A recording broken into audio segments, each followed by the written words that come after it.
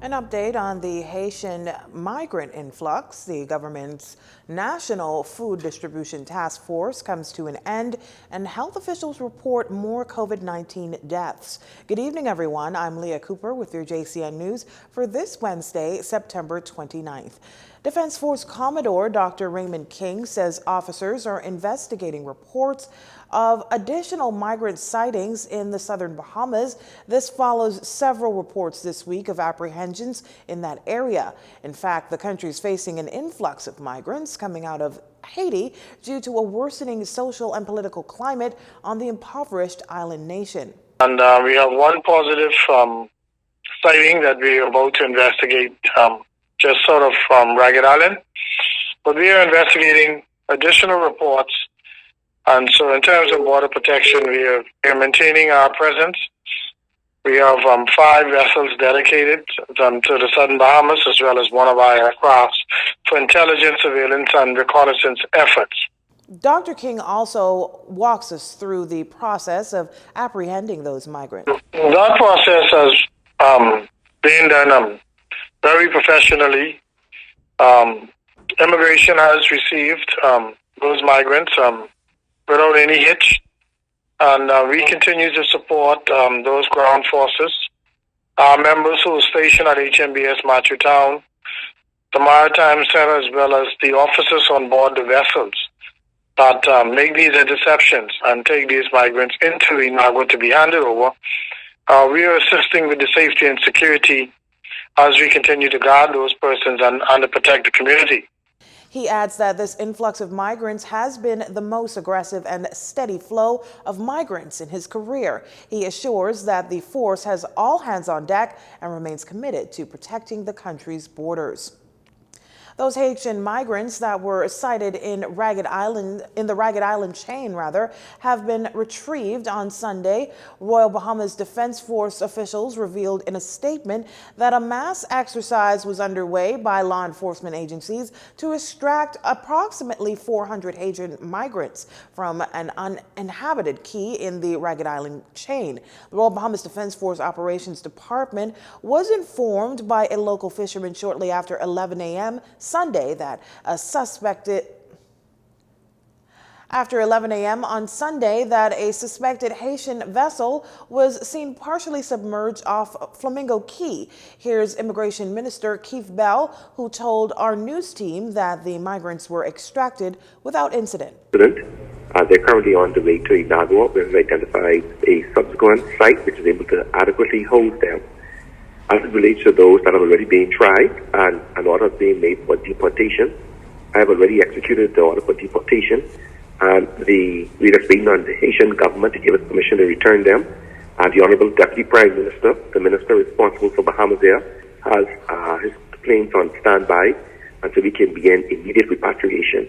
Minister Bell adds that he's communicated with Foreign Affairs Minister Fred Mitchell, who he says is in constant communication with the Haitian consulate and the Haitian government. And once that is done, we will start repatriation of those, so that there will be we're trying to avoid an overflow and to ensure that we protect their human rights, and we also ensure that the residents of Inagua are not disadvantaged or they have any issues in terms of health and housing and food and shelter, etc. We're dealing with all of those issues simultaneously. He says he also intends to meet with Haitian pastors and give them timely updates on the matter. But as it all stands, I ask the Bahamian people to continue to pray for these people as they flee from their war-torn, their country, which is being devastated by a hurricane, by the political instability. And as Christians, Bahamians, we have to ensure that we treat them with dignity, care, and respect. And that is precisely what we are doing. And so I ask and I thank the residents of Inagua for their cooperation. Now, a group of individuals was also sighted in Flamingo and Water Keys, Ragged Island. The Department of Immigration, in a statement last evening, said an intense search and rescue effort was conducted by the Royal Bahamas Defense Force on Flamingo Key in the Ragged Island chain. Once in immigration custody, the group will be processed, undergo a thorough health screening, and will appear in a magistrate's court this week to be tried for infractions of the Immigration Act. Repatriation will be expedited if ordered by the court.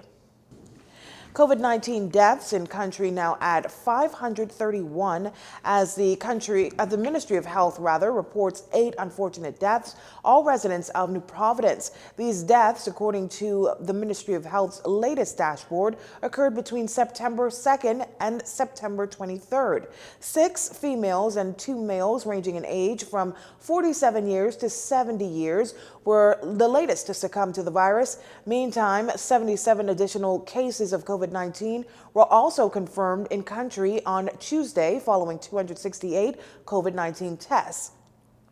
On Tuesday, September 28th, 69 were confirmed on New Providence, 5 on Grand Bahama, 2 on Exuma, 1 with a history of travel, and 1 case on Eleuthera. Those cases in country now at 20,984. 1,810 of which are active cases, 146 are in hospital, and 129 are moderately ill, and 17 are in intensive care. 73 cases were reported recovered on Tuesday. Total recoveries now at 18,489. Consultant Physician Staff Association President Sabrika Pinda-Butler stressing to Bahamians to not let their guard down as it relates to COVID-19 despite the numbers seemingly trending downward. She shares this much with JCN's news team this afternoon, adding that COVID-19 is very prevalent here in the country. I want to make sure that persons understand that it's not just in Providence and Grand Bahama, but Family Islands, where some, seeing on the dashboard, and we know sometimes things take a while to be updated. So anecdotally, we're also hearing of other persons in other family islands as well who are seeing and contracting COVID.